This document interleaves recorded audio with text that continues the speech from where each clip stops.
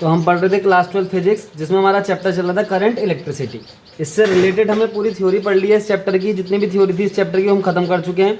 आज हम इससे रिलेटेड कुछ न्यूमेरिकल करेंगे, वो भी किरचॉफ लॉ पे जो बेस्ड न्यूमेरिकल होंगे उन्हीं को हम इस वीडियो में सॉल्व करेंगे। तो हमारे पास क्वेश्चन नंबर फर्स्ट क्या है, a battery of 10 volt and negligible internal resistance. हमारे पास बैटरी है एक 10 वोल्ट की, फिगर में दिख रही है, और उसका जो इंटरनल रेजिस्टेंस है बहुत लो है, यानी कि उसको हम नेग्लेक्ट कर सकते हैं।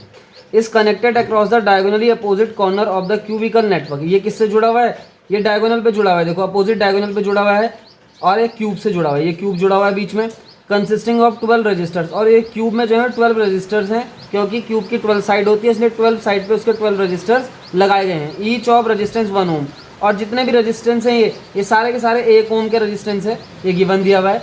Determine the equivalent resistance and current along each edge of the cube. हमें क्या करना है, यहाँ पे इक्विवेलेंट रेजिस्टेंस निकालना है इस सर्किट का, और हमें निकालना है कि हर एज से करंट कितनी होकर जा रही है।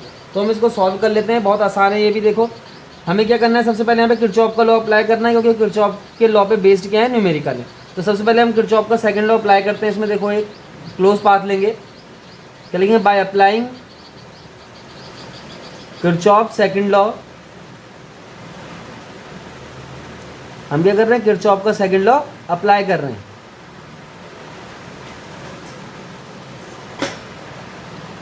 और किरचॉफ का सेकंड लॉ अप्लाई करने के लिए हमें क्या चाहिए, क्लोज पाथ चाहिए। तो हम क्लोज पाथ ले लेते हैं, A B C, C dash, ये सी डैश है, और यहाँ से इसको क्लोज पाथ को बंद करते हैं, और इसको ले लेते हैं ई, ये बैटरी है ई, और ए। ये क्लोज पाथ कौन सा लिया हमने, ए लिया, फिर बी लिया, ए के बाद फिर बी लिया, फिर सी लिया, फिर ये सी डैश हो गया, और इस बैटरी को ई से डिनोट कर रहे हैं, तो यहाँ से घूम के ये ई हो गया, और दोबारा ए पे वापस चले गए। तो हमने क्लोज पाथ ले लिया, वो भी बाहर वाला। तो हम क्या कर रहे हैं, किरचॉफ का सेकंड लॉ अप्लाई कर रहे हैं क्लोज पाथ में, वो भी आउटर सर्किट में केवल। तो हम क्या करेंगे, सबसे पहले अभी किरचॉफ का सेकंड लॉ था क्या, उसको देखते हैं। Summation of I R equal to क्या था, समेशन ऑफ ई, यानी कि टोटल ईएमएफ का सम निकालेंगे उस नेटवर्क में, जिस नेटवर्क को हम देख रहे हैं, जिस क्लोज पाथ को हम देख रहे हैं, और आई आर का भी समेशन निकालेंगे, उनको इक्वल टू रख देंगे, तो हमारे पास जो सॉल्यूशन है वो आ जाएगा। देखो ये क्या है, आई। अब यहाँ पे करंट देखनी है, सबसे पहले हम क्या लेंगे, आई आर, इस आई को इस आर के साथ लेंगे। टोटल करंट जो है इस सर्किट से जो है वो 3i मान रखिए। देखो यहाँ से जो करंट है मान लो 3i जा रही है। अब इस करंट का भी डिस्ट्रीब्यूशन होगा, पहले यहाँ पे एक जंक्शन हो गया, तो यहाँ पे जंक्शन पे क्या होगा, किरचॉफ का फर्स्ट लॉ अप्लाई करेंगे। तो फर्स्ट लॉ के अकॉर्डिंग इस डायरेक्शन में आई करंट चली जाएगी, इस डायरेक्शन में भी आई करंट चली जाएगी, और इस डायरेक्शन में भी आई करंट चली जाएगी। तो तीनों डायरेक्शन में आई और आई करंट हो गई, और इन तीनों को जोड़ देंगे 3i हो जाएगा। तो टोटल करंट क्या हो गई है, 3i होगी, क्योंकि किरचॉफ का फर्स्ट लॉ क्या था, the sum of total current incoming towards a junction and equal to the total current going away from the junction. तो ये जो करंट है वो 3i आ रही है, तो जब जो करंट जाएगी इस जंक्शन से बाहर की तरफ को, वो भी 3i होगी, यानी कि उसका सम भी 3i होगा। तो इसलिए ये i हो गई, ये भी i हो गई, ये भी i हो गई। हमने क्या करा है, क्वेश्चन को ईजी करने के लिए इस तरीके से 3i करंट यहाँ पे ले लिए। अब देखो ये आई करंट जा रही है, यहाँ पे ए डैश पे पहुँच रही है। अब ए डैश से क्या हो रहा है, ये करंट भी दो पार्ट में डिवाइड हो जाएगी, क्योंकि यहाँ पे दो रेजिस्टेंस हो गए, दो साइड हो गई फिर से। तो ये करंट आई का क्या हो जाएगा, फिर हाफ हो जाएगा, हाफ करंट इधर चली जाएगी और हाफ करंट इधर चली जाएगी। ये कैसे हो रहा है भाई, किरचॉफ का फर्स्ट लॉ अप्लाई करा हमने यहाँ पे फिर से। अब क्या होगा, देखो ये i2 करंट इधर गई, और ये i2 करंट इधर चली गई। इसी तरीके से जो आई करंट इस वाले सर्किट में आई थी, इस वाले एच में आई थी, वो यहाँ पे से फिर डिवाइड हो जाएगी जंक्शन के कारण। i2 करंट यानी कि i/2 करंट इस तरफ चली जाएगी, और i/2 करंट इस तरफ चली जाएगी। और जो ये लास्ट वाले एज में जो करंट आई है, ये भी यहाँ पे दो पार्ट में डिवाइड होगी, i2 और i2। अब देखो यहाँ पे जो करंट है, यहाँ पे ये i2 करंट गई डी डैश पॉइंट पे। इसी तरीके से ये वाले एच की i/2 करंट देखो, ये i/2 करंट भी यहाँ पे आएगी, तो ये i/2 और i/2 फिर मिलकर आई करंट बना देगी। इसी तरीके से यहाँ पे जो i/2 आ रही है, और ये वाली करंट भी i/2 आ रही है, यहाँ पे मिलके फिर से क्या बना देंगे, आई बना देंगी। इसी तरीके से इस वाले पॉइंट पे भी करंट आई बन जाएगी, क्योंकि इधर से i/2 और इधर से फिर से i/2 दो करंट आ रही है, पॉइंट सी पे मिलके आई बन रही है। तो देखो ये जो हमारे पास ये आई और ये आई, ये जो तीन लास्ट के जो एच दिख रहे हैं, इन पे आई करंट है, आई। और यहाँ पे भी जो फर्स्ट के तीन एच थे, तीन साइड थी, इनमें भी आई करंट है। और बाकी बीच के जो जितने भी रेजिस्टेंस है, सब में i/2 करंट होगी, और टोटल जो करंट है वो कितनी है, 3i है। तो हमने किया यहाँ पे, अब ये तो हमने करंट का डिस्ट्रीब्यूशन कर दिया किरचॉफ के फर्स्ट लॉ से, कि जंक्शन पे जो करंट है वो क्या हो जाएगी, डिवाइड हो जाएगी भाई। अब देखो हमने कैसे लगाया किरचॉफ का लॉ, देखो मैंने पहले भी बोला किरचॉफ का फर्स्ट लॉ क्या था, summation of i equal to 0 at a junction. किसी भी पॉइंट पे जो समेशन होता है करंट का, वो क्या होता है, यानी कि एल्जेब्रिक समेशन जिसे कहते हैं, वो 0 निकल के आ जाता है। अब बस यहाँ पे एक बात ध्यान रखनी है कि जो करंट जंक्शन की तरफ को आ रही होती हैं उन करंट का जो साइन वो पॉजिटिव ले लेना है, और जो करंट जंक्शन से दूर जाती हैं उनका जो साइन ले लेना है वो नेगेटिव लेना है। और इस तरीके से जब तुम उन टोटल करंट को जोड़ोगे, आने वाली और जाने वाली करंट को किसी भी जंक्शन पे, तो समेशन क्या निकल के आएगा, जीरो निकल के आएगा। यही किरचॉफ का फर्स्ट लॉ था और यही हमने हर एक जंक्शन पे अप्लाई किया है। यहाँ पे भी अप्लाई किया है, यहाँ पे भी अप्लाई किया है, यहाँ पे भी, जितने भी जंक्शन दिखाई देंगे सब जंक्शन पे हमने ये फर्स्ट लॉ अप्लाई किया है। तो फर्स्ट लॉ अप्लाई करने के बाद जो करंट का डिस्ट्रीब्यूशन था वो हमने कर दिया। अब हमें क्या करना है, यहाँ पे हमें इक्विवेलेंट रेजिस्टेंस निकालने के लिए एक किरचॉफ का सेकंड लॉ अप्लाई करते हैं। अब वो भी कौन से सर्किट में, मैंने पहले बता दिया, A B C C dash ई ए। देखो कौन सा, A B C C dash और ये ई बैटरी और ये ए, ये एक्सटर्नल सर्किट है, इसको हमने क्लोज कर दिया क्योंकि हमें किरचॉफ का सेकंड लॉ लगाने के लिए क्या चाहिए, वही क्लोज पाथ चाहिए। तो A B C C dash ई ए में हमने किरचॉफ का सेकंड लॉ लगाना है। वो सेकंड लॉ है कि एक्चुअली में summation of I R equal to summation of E. अब इसमें भी एक केस है, क्या ध्यान रखना है भाई, जो क्लॉकवाइज करंट होंगी, जो क्लॉकवाइज हमारे पास करंट होंगी, चाहे क्लॉकवाइज करंट हो चाहे क्लॉकवाइज ईएमएफ हो, उसको पॉजिटिव ले लेंगे। और एंटी क्लॉकवाइज जो करंट है या फिर ईएमएफ है उसको हम क्या ले लेंगे, नेगेटिव साइन के साथ ले लेंगे। तो हमारे पास जो आंसर है वो सही निकल के आएगा। अब देखते हैं, देखो ये जो करंट है इस तरफ को जा रही है, देखो ऐसे, ये ऐसे गई करंट, यहाँ से ऐसे गई, यहाँ से ऐसे गई और यूँ आगे निकल के। तो ध्यान से देखेंगे तो ये इस तरीके का सर्कल बनना, देखो यहाँ पे ये करंट गई है यहाँ से ऐसे और ये ऐसे मुड़ के वापस आ गई। तो देखो कैसे ये क्लॉकवाइज एक क्या बन गया, पैटर्न बन गया, क्लॉकवाइज करंट का क्या बन गया, क्लॉकवाइज पैटर्न बन गया। तो आई को हम इस आर के साथ मल्टीप्लाई कर देंगे क्योंकि हमें समेशन ऑफ आई आर करना है। तो आई जो है ये हो गई और आर जो है यहाँ पे कितना है भाई, 1 ओम का है। तो मैंने क्या बोला, आई आर का साइन क्या लेंगे, यहाँ पे प्लस लेंगे। प्लस को दिखाने की जरूरत नहीं है क्योंकि ये क्या है, क्लॉकवाइज करंट है, यहाँ पे करंट जो है क्लॉकवाइज फ्लो हो रही है। तो इसलिए यहाँ पे जो होगा आई और आर को मल्टीप्लाई करके हमने ये लिख दिया क्योंकि रजिस्टेंस जो है ईच एच पे वो 1 ओम का लगा हुआ है, वो गिवन है। अब इस तरीके से इस वाले रजिस्टेंस को भी देखेंगे हम। इस वाले रजिस्टेंस में जो करंट जा रही है वो I/2 जा रही है, तो हम प्लस लेंगे पहले क्योंकि जो करंट है वो क्या है, क्लॉकवाइज है, और ये रेजिस्टेंस है ये 1 ओम था। इसी तरीके से यहाँ पे आई करंट जा रही है, ये भी 1 ओम का रेजिस्टेंस है, तो फिर इसको ऐड करेंगे आई इंटू 1। अब जो है ये करंट जो है यहाँ से बाहर निकल गई, 3i करंट हो गई। अब 3i करंट जो है बाहर आउटरनल यानी कि एक्सटर्नल सर्किट से जा रही है, उसका कोई पर्पज़ नहीं क्योंकि एक्सटर्नल सर्किट में कोई भी रेजिस्टेंस नहीं जुड़ा हुआ है। अगर इस आउटर सर्किट में भी कोई रेजिस्टेंस जुड़ा हुआ होता तो 3i को हम उस रेजिस्टेंस के साथ मल्टीप्लाई करते हैं यहाँ पे और ऐड करते हैं, लेकिन कोई एक्सटर्नल रेजिस्टेंस नहीं है, इसलिए जो फोर्थ वाला सेक्शन है वो 0 हो जाएगा। और अब इक्वल टू लगा देंगे। अब समेशन ऑफ ई करेंगे भाई, हमारे पास ईएमएफ कितने जुड़े हुए हैं इस क्लोज सर्किट से, जिस क्लोज लूप को या फिर जिस क्लोज मैश को या फिर क्लोज सर्किट को हमने लिया है उससे कितने ईएमएफ है। तो देखो एक ही बैटरी है तो एक ही ईएमएफ होगा, और इस ईएमएफ की डायरेक्शन क्या होगी, नेगेटिव टू पॉजिटिव प्लेट, मतलब इस तरफ को ईएमएफ की डायरेक्शन होगी। और ये भी अगर हम इस लूप में घुमाएंगे तो ये पॉजिटिव निकल के आ जाएगा ईएमएफ भी, यानी कि हम यहाँ पे हम क्या लिख देंगे, 10 वोल्ट लिख देंगे, ईएमएफ जो 10 वोल्ट है। अब ये इक्वेशन बन गई बहुत आसानी से। हमने क्या करा भाई, हमने किरचॉफ का सेकंड लॉ अप्लाई कर दिया है, वो भी क्या एक क्लोज पाथ में, क्योंकि सेकंड लॉ अप्लाई करने के लिए हमें क्या चाहिए, क्लोज पाथ चाहिए होता है। वो क्लोज पाथ हम यहाँ पे हमने बनाया और उसको हमने क्या करा, अप्लाई कर दिया। अब क्या करना है, इन सबको ऐड कर देना है। तो आई इंटू 1 क्या हो जाएगा, आई हो जाएगा, या I/2 हो जाएगा, और ये क्या हो जाएगा, आई हो जाएगा, इक्वल टू 10 हो जाएगा। जब इसको हम ऐड करेंगे क्या हो जाएगा भाई, आई प्लस I/2 प्लस आई क्या हो जाएगा, 2 3 2 2 4 और एक 5i, 5i/2 इक्वल टू 10। इस तरीके से क्या निकल के आ जाएगा, हमारे पास ये निकल के आ जाएगा। ठीक है, अब देखो ये जो बैटरी है, ये बैटरी जो है यहाँ पे ई, इसकी जगह अगर हम टोटल ई रख दें पहले, है ना, इसको क्या करते हैं 10 वोल्ट ना रख के हम इसे क्या रखना है, पहले ई रखना है, टोटल ईएमएफ रख रहे हैं बैटरी का। ठीक है, तो हमने यहाँ पे टोटल ईएमएफ ले लिया, बैटरी का ई है,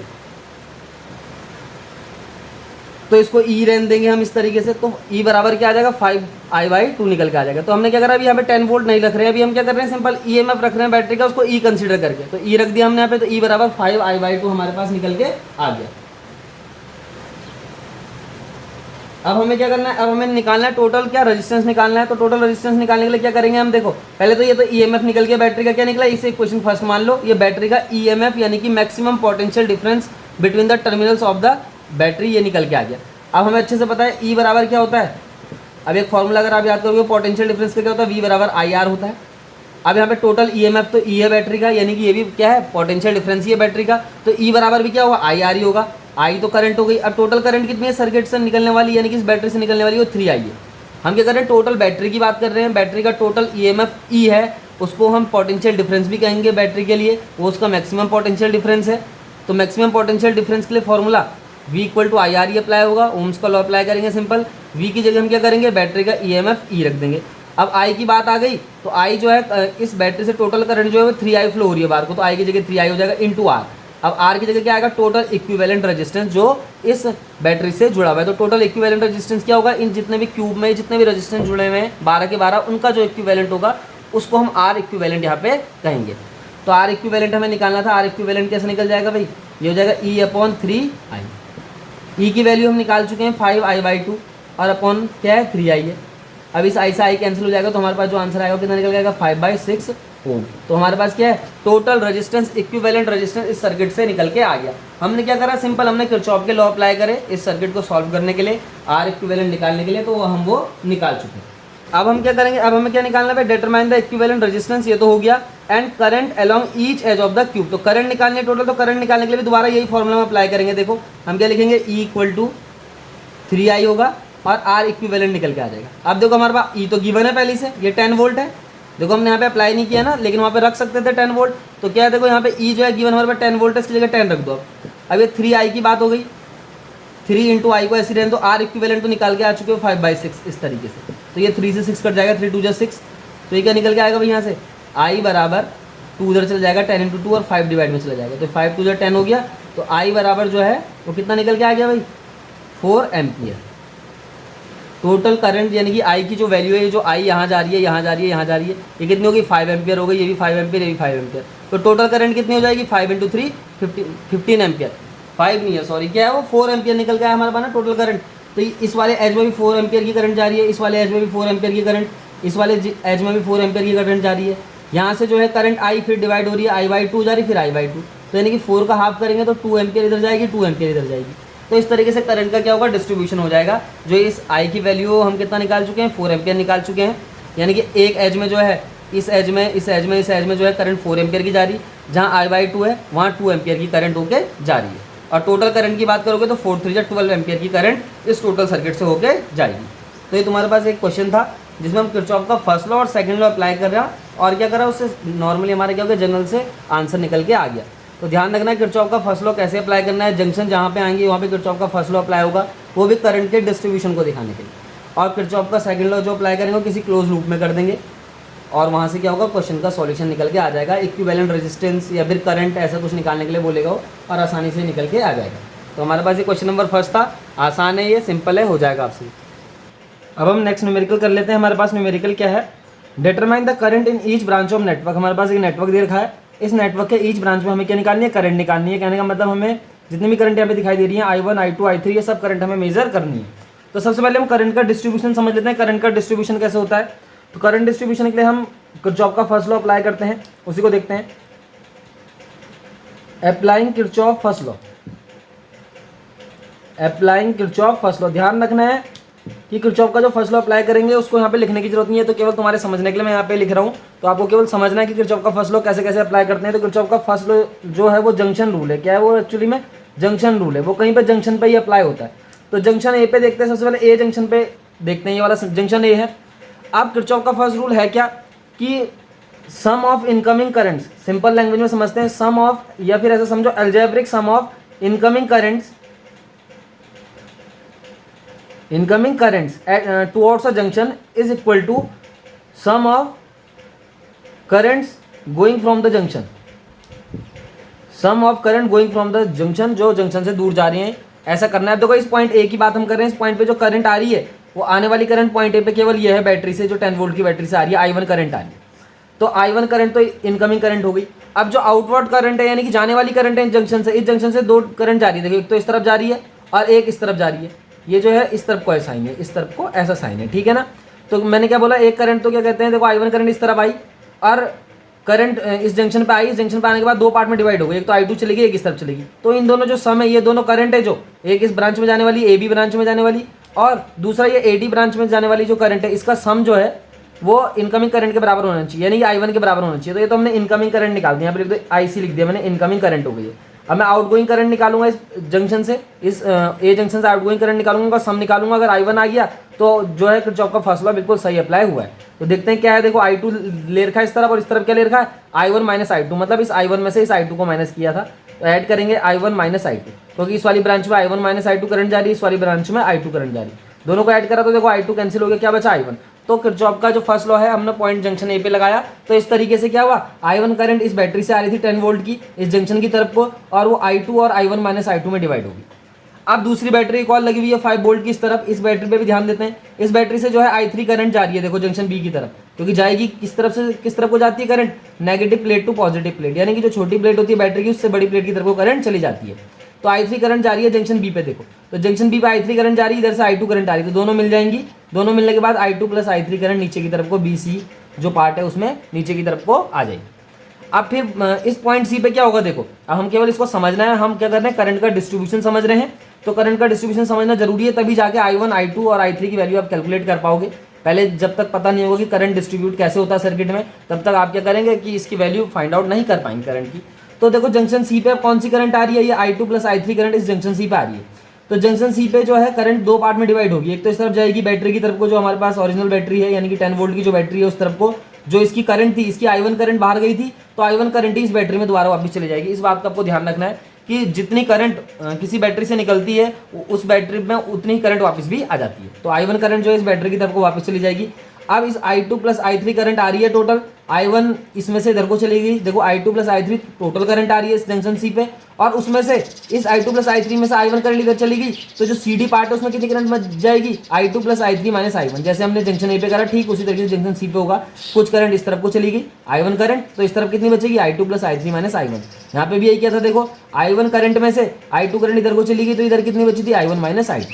इसी तरीके से जंक्शन सी पे भी हुआ, I1 करंट जब इस बैटरी की तरफ को चली गई, क्योंकि इस बैटरी की करंट ही I1 है, तो इस तरफ जो बचेगी वो I2 प्लस I3 और उसमें से I1 माइनस कर देंगे। और फिर इस जंक्शन डी पे क्या होगा, इस जंक्शन डी पे I3 करंट फिर अपनी बैटरी की तरफ को चली जाएगी। बाकी जो है यहाँ इस वाले सर्किट में कितनी करंट बच जाएगी, देखो I2 माइनस I1 या फिर I1 माइनस I2, समझो अपोजिट डायरेक्शन है इसलिए ऐसा लग रहा है यहाँ पे साइन अपोजिट। तो देखो क्या हो गया, I3 करंट इस तरफ चली जाएगी, I1 करंट इस तरफ आ गई। अब करंट का डिस्ट्रीब्यूशन हो गया। अब क्या करेंगे, हम किरचॉफ के लॉ अप्लाई करेंगे और I1 I2 I3 हमें सब कैलकुलेट करना है, हर ब्रांच में क्या है करंट निकाल के लानी है। तो हम सबसे पहले क्या लिखेंगे, applying by applying Kirchhoff second law, by applying Kirchhoff's second law in close loop. देखो क्लोज लूप में लगाते हैं किरचॉफ का सेकंड लॉ, तो क्लोज लूप में लगाएंगे, हम लगा रहे हैं सबसे पहले ADCA में लगा लेते हैं। ADCA में जो है हम किरचॉफ का फर्स्ट लॉ अप्लाई करेंगे, सेकंड लॉ सॉरी क्या कर रहे हैं हम अप्लाई, सेकंड लॉ। तो किरचॉफ का रूल क्या है देखो, पहले लिख लेते हैं यहाँ पे इसका mathematical form, summation of IR जो है वो समेशन ऑफ E के बराबर होता है। तो समेशन ऑफ IR का क्या मीनिंग है भाई, करंट और रेजिस्टेंस को मल्टीप्लाई करने हैं। तो सबसे पहले हम देखेंगे कि क्लॉकवाइज और एंटी क्लॉकवाइज करंट को देख लेते हैं। क्लॉकवाइज करंट होगी तो हम उसे पॉजिटिव साइन के साथ लेंगे, एंटी क्लॉकवाइज करंट होगी तो उसको नेगेटिव साइन के साथ हमें लेना होगा। तो स्टार्ट करते हैं। तो हमें सबसे पहले क्या देखना है, करंट का डिस्ट्रीब्यूशन देखना है। देखो करंट जो है इस तरफ को आ रही है, देखो ऐसे, और इस तरफ को आ रही है ना करंट, ये ऐसे आ रही है, ऐसे आ रही है करंट, और फिर इधर को नीचे की तरफ को घूम जा रही है। देखो क्योंकि हमें ये नीचे वाला सर्किट लेंगे तो नीचे की तरफ को घूम जाएगी करंट ऐसे करके। तो ये I1 करंट इधर को आई, फिर ये इधर को घूम गई ऐसे करके, जैसे मैंने एरो बनाया। तो ये जो एरो है क्या क्या दिखा रहा है, एंटी क्लॉकवाइज डायरेक्शन को दिखा रहा है, घड़ी की जो सुई है उसके चलने की अपोजिट डायरेक्शन को ये रिप्रेजेंट कर रहा है यहाँ पे एरो। तो कहने का मतलब कि I1 और ये I1 माइनस I2 दोनों एंटी क्लॉकवाइज करेंगे।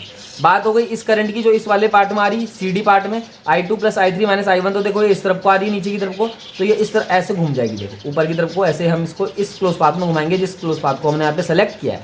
करंट इधर को आई, हम इसको किस क्लोज पाथ में घुमाएंगे, जिस क्लोज पाथ को हमने सेलेक्ट किया है। तो ADCA को हमने सेलेक्ट किया तो हम इस तरफ को घुमा देंगे करंट। तो ये जो है ये I2 plus I3 minus I1 current, देखो डायरेक्शन से साफ पता चल रहा है कैसी clockwise current.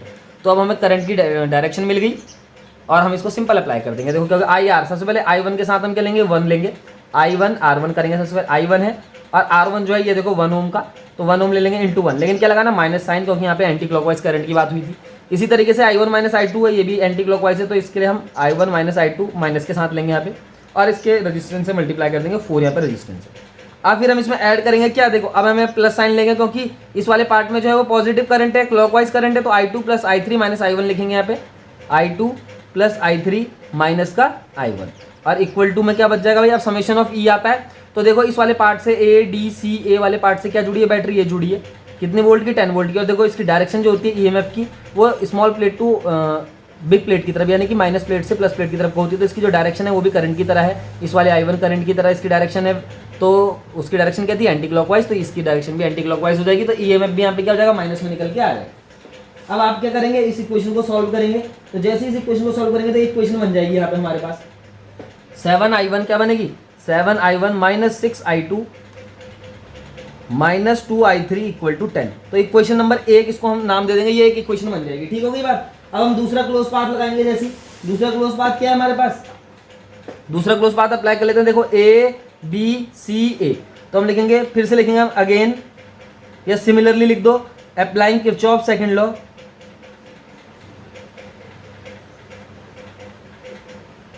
Applying Kirchhoff's second law in ABCA, in ABCA।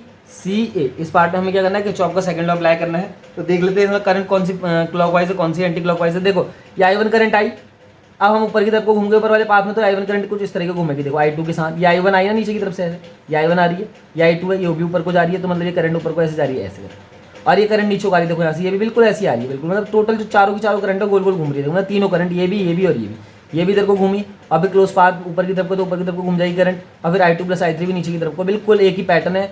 जितने भी करंट है सारी की सारी एक डायरेक्शन में है। तो ये देखते हुए हम इसका साइन जो है पॉजिटिव ले लेंगे, या फिर इसको क्लॉकवाइज करंट समझ लो। देखो है ना, ये क्लॉकवाइज करंट है। अब तीनों जो हमारे पास करंट है वो एक ही डायरेक्शन में, तो हम उसको डायरेक्ट प्लस ले लेंगे।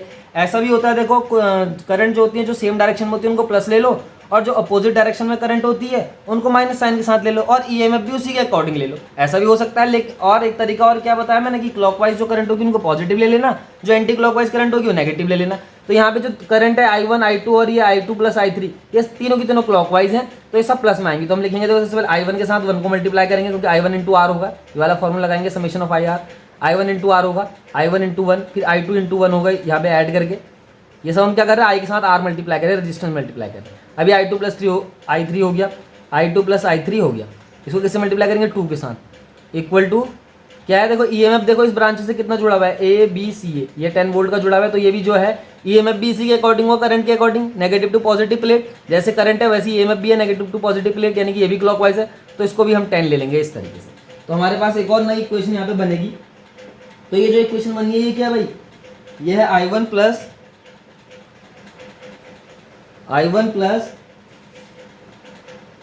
6i2 plus 2i3, 6i2 plus 2i3 equal to 10। ये इक्वेशन नंबर 2 बन गई। ठीक है, ये इस इक्वेशन को थोड़ा सा रिड्यूस कर दो। मैं इक्वेशन नंबर 2 को थोड़ा रिड्यूस करते हैं ना, कैसे, देखो मैं यहाँ से I1 की वैल्यू निकालूं, तो I1 कैसे निकलेगा, तो 10 माइनस I2 भी इधर माइनस में चला जाएगा, और 2i3 वाला टर्म भी माइनस में चला जाएगा, क्योंकि ये भी प्लस का ये भी प्लस का उस तरह माइनस में जाएंगे। तो इसको लो इक्वेशन 2, इसको मानो इक्वेशन 2। इसको क्या मानते हैं हम, ये इक्वेशन 2 है, इस वाले को नहीं, इस वाले को इक्वेशन 2 मान लेते हैं। ठीक हो गई बात। इक्वेशन 1 बन गई, 2 बन गई। अब एक लूप में और रूल लगाते हैं। देखो हमें I1 I2 I3 तीन वैल्यू चाहिए करंट की, तो इक्वेशन भी 3 ही बनानी पड़ेगी हमें वेरिएबल में। जैसे XY होती है हमारे पास इक्वेशन होती है, XY में होती है तो हम उसकी क्या करते हैं, 2 इक्वेशन की जरूरत होती है। अगर हमारे पास कोई इक्वेशन होती है X और Y में, तो X और Y की वैल्यू अगर हमें कैलकुलेट करनी है तो हमें 2 इक्वेशन की जरूरत है ना, 2 इक्वेशन की जरूरत पड़ती है। अगर हमारे पास 3 वेरिएबल आते हैं X Y Z, तो हमें 3 ही इक्वेशन की जरूरत पड़ेगी। जितने भी हमारे वेरिएबल फाइंड आउट करने होते हैं उतने ही हमें इक्वेशन की जरूरत पड़ती है। तो अगर हमारे पास 2 वेरिएबल है, 2 इक्वेशन हमें दी होंगी, 3 वेरिएबल है तो 3 इक्वेशन हमें दी होंगी। तो 3 वेरिएबल यहाँ पे हैं I1 I2 और I3। तो फर्स्ट इक्वेशन बन गई, सेकंड इक्वेशन बन गई। अब थर्ड इक्वेशन की बात हम करते हैं। तो थर्ड इक्वेशन हम एक बार और अप्लाई करेंगे। हम क्या लिखेंगे, again applying Kirchhoff second law, या फिर सिमिलरली लिखेंगे अप्लाइंग किरचॉफ सेकंड लॉ,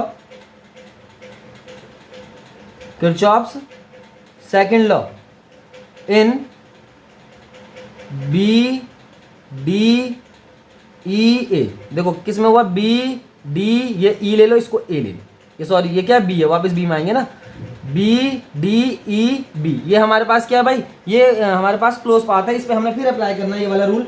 तो इस रूल को अप्लाई करेंगे, करंट की डायरेक्शन देखते हैं। सबसे पहले देखो I2 प्लस I3 नीचे की तरफ को आ रहा है, ये I2 plus I3 minus I1, ये दोनों करंट नीचे की तरफ को इस तरीके, और ये क्लोज पाथ इस तरफ को घुमा हुआ है तो इस तरफ को घूम जाएगी ये करंट, ऐसे करके देखो ये करंट ये करंट ये करंट, तीनों करंट एक ही डायरेक्शन में, तो तीनों करंट एक ही डायरेक्शन में है।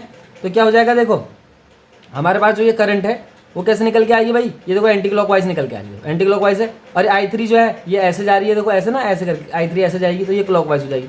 तो कौन सी करंट एंटी क्लॉकवाइज है, कौन सी करंट क्लॉकवाइज है, इस चीज़ का पहले आपको ध्यान देना है। अब हम अप्लाई कर लेते हैं लो, है ना, समेशन ऑफ IR वही करना है हमें। देखो पहले क्या करेंगे, I2 प्लस I3 लेंगे, इसके साथ माइनस में लेंगे, है ना, I2 प्लस I3 जो है इसको माइनस में लेंगे, और इसके साथ 2 एम्पियर है तो 2 से मल्टीप्लाई कर देंगे क्योंकि एंटी क्लॉकवाइज है। फिर माइनस लगाएंगे, ये वाली करंट फिर एंटी क्लॉकवाइज है, इसकी जगह हम लिखेंगे I2 plus I3 minus I1, ये करंट लिख दी। इसके साथ फिर इसका रेजिस्टेंस मल्टीप्लाई कर दिया, इसका रेजिस्टेंस 2 है, फिर कर दिया 2 मल्टीप्लाई। इसी तरीके से I3 के साथ कोई रेजिस्टेंस नहीं है तो रेजिस्टेंस लिखने की जरूरत नहीं है। और इक्वल टू में क्या बचा भाई 5 वोल्ट है, तो 5 वोल्ट की डायरेक्शन देख लो, ये क्लॉकवाइज है, तो क्लॉकवाइज को हम इस तरीके से प्लस में यहाँ पे ले लेंगे। तो जैसे ही ये इक्वेशन यहाँ पे बनेगी तो इस इक्वेशन को हम सॉल्व करके फिर इसका आंसर निकालेंगे। देखो ये इक्वेशन बन जाएगी कुछ इस तरीके से, 2I1, इसको सॉल्व करोगे तो आराम से एक इक्वेशन हमारे पास बन के आएगी। क्या बनेगी 2I1 माइनस 4I2 और माइनस 4I3 इक्वल टू कुछ इस तरीके की इक्वेशन ये बनेगी, इक्वल टू माइनस का 5। तो ये इक्वेशन आपके पास बन गई। इस इक्वेशन को -5 है, इस इक्वेशन को इक्वेशन 3 नाम दे दो। अब हमारे पास जो 3 इक्वेशन बन गई इनको आपस में सॉल्व करते हैं। I1, I2 और I3 तीनों की वैल्यू इजीली निकल के आ जाएगी। तो देखो हमने वहाँ पे जो भी इक्वेशन बनाई थी वहाँ से मैं एक नई चीज़ करता हूँ। देखो क्या करना है, हमें पुट द वैल्यू ऑफ, हमने इक्वेशन 2 में I1 की वैल्यू निकाली थी, हम लिखेंगे put the value of current I1 from equation 2। हमारे पास जो इक्वेशन 2 थी उससे हमने I1 की वैल्यू पुट करनी है, and put in equation first and equation 3। जो हमारे पास कौन कौन सी इक्वेशन बनी, 3 इक्वेशन बनी ना, फर्स्ट सेकंड थर्ड। तो हमने सेकंड इक्वेशन में क्या करा था, I1 की वैल्यू निकाली थी, उस I1 की वैल्यू को हम इक्वेशन फर्स्ट में और इक्वेशन थर्ड में पुट कर देंगे। तो इक्वेशन फर्स्ट में पुट करते हैं, सबसे पहले इक्वेशन फर्स्ट लिखते हैं, क्या थी वो थी 7I1 minus 6I2 minus 2I3, ऐसे माइनस है ये, और इक्वल टू जो हमारे पास है, हमारे पास इक्वेशन क्या थी, देखो फर्स्ट इक्वेशन 7I1 थी माइनस 6I2 हो गई, और ये क्या माइनस 2I3, और इक्वल टू में जो हमारे पास था वो 10 था। ये हमारे पास इक्वेशन फर्स्ट थी। अब इक्वेशन 2 से जो हमने I1 की वैल्यू निकाली थी उसको हम यहाँ पे पुट करते हैं। देखो 7 I1 की वैल्यू हमने क्या निकाली थी, उसको रिमेंबर करते हैं, 10 माइनस 6I2 और माइनस का 2I3, इस तरीके से हमने वैल्यू निकाली। माइनस ये 6I2 है, माइनस ये 2I3 है, इक्वल टू ये 10 हो गया। अब इसको सॉल्व करो, 70 हो गया, माइनस ये 42I2 हो गया, ये माइनस 14I3 हो गया, ठीक है, और ये हो गया माइनस 6I2, ये हो गया माइनस 2I3 और इक्वल टू 10 हो गया। अब ये 70 को उधर ले जाएंगे तो 70 माइनस में जाएगा, उसको हम बाद में देखते हैं ना, पहले देखो ये है 42I2 और 6I2, तो ये हो गए माइनस 48I2, ठीक होगी बात। 70 आगे से 70 को रहने दो, I3 14 है और 2I3 ये है, तो ये हो जाएगा 16I3, माइनस माइनस के हैं तो ऐड हो जाएंगे। अब क्या हो जाएगा, देखो यहाँ पे minus 48I2 minus 16I3 equal to 10 minus 70, क्योंकि 70 उधर जाएगा, तो ये होगा माइनस 48I2 माइनस 6I3 और इक्वल टू माइनस 60 हो जाएगा। माइनस दोनों तरफ माइनस हो गए तो कॉमन लेके माइनस कैंसिल हो जाएंगे, तो हमारे पास बचेगा जो है वो 48I2 बचेगा प्लस 6I3 बचेगा और इक्वल टू 60 हो जाएगा। देखो इस तरीके से होगा ना, ये ऐसे यहाँ से माइनस कॉमन ले लिया, इस माइनस से माइनस कैंसिल हुआ, और यहाँ से और भी कॉमन ले सकते हैं। देखो 4 कॉमन आएगा तो ये माइनस तो कैंसिल हो गया, देखो दोनों तरफ माइनस तो माइनस कैंसिल, 4 कॉमन ले लेंगे तो क्या बचेगा 1 2I2 यानी कि 12I2, यहाँ पे 16 था, ये क्या था 16 था, तो यहाँ पे 4 बच जाएगा, 4I3 प्लस है, ध्यान रखना है, इक्वल टू 4, यहाँ पे भी क्या 4 कॉमन लेंगे, 4 के मल्टीपल में लिख दो, 4 के मल्टीपल में क्या होगा ऐसे करके। अब ये 4 से 4 कैंसिल हो जाएगा, तो हमारे पास जो इक्वेशन बचेगी वो बचेगी 12I2 plus 4I3 equal to 15। तो इसको एक नई इक्वेशन नाम देते हैं, इसको देते हैं इक्वेशन 4 नाम। अब इसी तरीके से क्या करना है, हमने इस इक्वेशन जो हमने I1 जो हमने निकाला है इक्वेशन फर्स्ट से हमने इक्वेशन थर्ड में भी रखना है। अब इक्वेशन थर्ड क्या थी, पहले इक्वेशन थर्ड यहाँ पे रिटर्न करते हैं जरा, इक्वेशन थर्ड क्या थी यहाँ पे लिख लेते हैं इक्वेशन थर्ड को ना, यहाँ पे लिखते हैं इक्वेशन थर्ड को। इक्वेशन थर्ड क्या थी, इक्वेशन थर्ड क्या थी हमारे पास, उसको लिखते हैं सबसे पहले। वो थी हमारे पास 2I1 minus 4I2 minus 2I3 equal to minus का 5 है ना, ये -5 है, ध्यान रखना, ठीक है, -5 हो गया ऐसे करके। अब हम क्या करेंगे, 2 इंटू I1 की वैल्यू पुट करेंगे। I1 की वैल्यू क्या निकाली थी हमने, ये थी, यहाँ पे लिख देंगे 10 माइनस 6I2 माइनस 2I3 और ये माइनस 4I2 है ही, और ये माइनस 2I3 भी है, इक्वल टू में माइनस का 5, इस तरीके से कर देंगे। जब हम इस इक्वेशन को सॉल्व करते हैं देखो ये जगह 2 10 20 माइनस 2 6 12I2 हो जाएगा, और ये हो जाएगा माइनस 2 2 4I3 और ये हो जाएगा 4I2, ये हो जाएगा 2I3 इक्वल टू -5 चल रहा है। अब इसको और सॉल्व करेंगे तो देखो ये I2 है, ये भी I2 है, ये क्या हो जाएगा माइनस 16I2, और ये 4I3 है 2I3, ये हो जाएगा माइनस 6I3 और इक्वल टू -5 था, उधर से 20 भी माइनस में आ जाएगा इस तरीके से, तो ये हो जाएगा माइनस 16I2, ये हो जाएगा माइनस 6I3 इक्वल टू -25। कुछ इस तरीके से ये इक्वेशन बन के निकल के आ जाएगी। या फिर हम इसको इस तरीके से लिख सकते हैं, दोनों तरफ से माइनस कॉमन लेके 16I2 plus 6I3 equal to 25, और इसको नई इक्वेशन नाम दे देंगे, इक्वेशन 5 नाम दे देंगे। अब जब आप इक्वेशन 5 और 4 को आपस में सॉल्व करोगे सब्स्टिट्यूशन मेथड से, तो कैसे सॉल्व करोगे भाई, देखो इक्वेशन 4 जो हमारे पास जो भी थी इसको मैं मल्टीप्लाई कर रहा हूँ इक्वेशन इसको 4 से मल्टीप्लाई करते हैं, और जो इक्वेशन 5 है इसको जरा 3 से मल्टीप्लाई करो, देखो अपना आप सोल्यूशन निकल के आ जाएगा। तो ये 12 4 हो जाएगा 48i2, और ये हो जाएगा 4 4 16i3, और इक्वल टू ये 60 हो जाएगा। इसी तरीके से यहाँ 3 से मल्टीप्लाई करो, ये हो जाएगा 48i2, और ये 6 को 3 से मल्टीप्लाई करो 18i3, और इधर 3 से मल्टीप्लाई करो तो ये 75 हो जाएगा। तो ये दो इक्वेशन बनेगी, इनको आपस में माइनस करेंगे, ये कट गया देखो 16 18 हो जाएगा, -2i3 हो गया, इक्वल टू इधर -15 हो गया। तो i3 की वैल्यू जो आ गई वो 15/2 निकल के आ गई। तो i3 निकल के आ गया। अब i3 की वैल्यू हम यहाँ पुट कर देंगे इस इक्वेशन में, तो हमारे पास i2 भी निकल के आ जाएगा। तो जैसे हम i3 की वैल्यू यहाँ पुट करेंगे तो i2 क्या निकल के आएगा, i3 की वैल्यू कहाँ पुट करनी है, मैंने बोला इस इक्वेशन 4 में पुट कर दो, तो आपके पास i2 भी निकल के आ जाएगा। तो i2 जो निकल के आ रहा है आपका, वो निकल के कितना आ जाएगा 5/8 एम्पियर। देखो ये सब हम करंट निकाल लेना, तो ये करंट एम्पियर भी लिखना है इसके पीछे, ठीक है, इसका यूनिट भी लिखना है, एम्पियर भी लिख देना है पे। अब इसी तरीके से i1 i2 की वैल्यू आप इक्वेशन जो हमारे पास 2 थी उसमें जैसे ही पुट करोगे तो i1 भी अपने आप निकल के आ जाएगा। तो i1 की जो वैल्यू आएगी वो आएगी 2.5 एम्पियर, अपने आप निकल के आ जाएगी, है ना। मतलब हम सॉल्व करेंगे, कैलकुलेशन करेंगे तो क्या होगा, वो वैल्यू निकल के आ जाएगी। हमें करना क्या, देखो हमने बहुत आसानी से मैंने तुम्हें कैलकुलेशन समझा दी। क्या करना है, पहले हमारे 3 करंट थे हमारे पास i1 i2 i3, तीनों को कैलकुलेट करने के लिए हमारे पास 3 वेरिएबल है, तो 3 इक्वेशन चाहिए। 3 इक्वेशन हमने बनाई, उन इक्वेशन को आपस में सॉल्व करना है। सॉल्व करने के बाद हमारे पास देखो हमने क्या करी, नई इक्वेशन बनाई, एक इक्वेशन ये बनाई, एक इक्वेशन ये बनाई, इनको आपस में सॉल्व करा, वहां से दो वैल्यू तो आ गई करंट की, एक i3 आई थी और एक i2 आई थी, है ना। i3 हमने कैलकुलेट करके दिखा दी मैंने, और i3 की वैल्यू मैंने क्या बोला, यहाँ पे पुट कर दो इस इक्वेशन में, इस जगह पे, तो i2 भी निकल के आएगा 5/8। i2 और i3 निकल के तो बचा क्या है, इस i2 और i3 को आपने कहाँ रखना है, इक्वेशन 2 में जो हमने बनाई थी वहां पुट करोगे तो i1 की वैल्यू निकल के आएगी कितनी, 2.5 एम्पियर।